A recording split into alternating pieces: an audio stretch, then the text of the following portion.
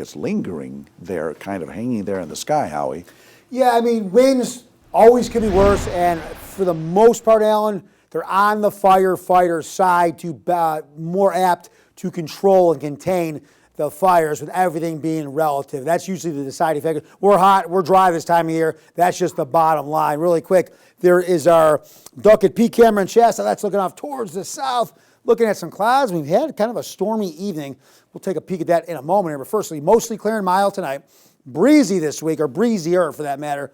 Cool down, though, at the end of the week. Here are those winds. They're really not that bad.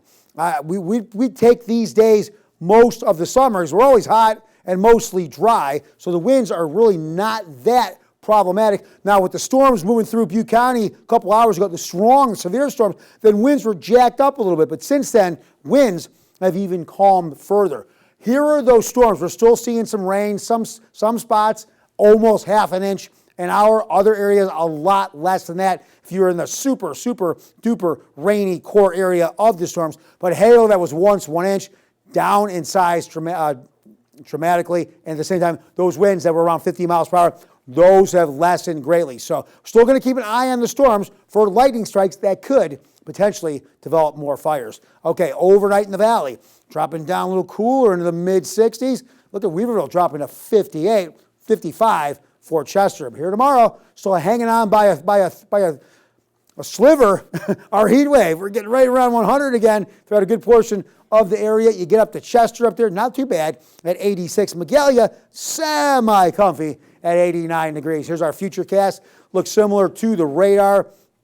Overnight, we'll start to lose some energy. Wednesday morning, there's a chance at some storms, but I'm not seeing it here. We might be okay, or at least a little bit better for less storm development on Wednesday. High pressure kind of over the area maybe helps to suppress that, but as high pressure loosens its grip, starts to pull away, what's going to happen?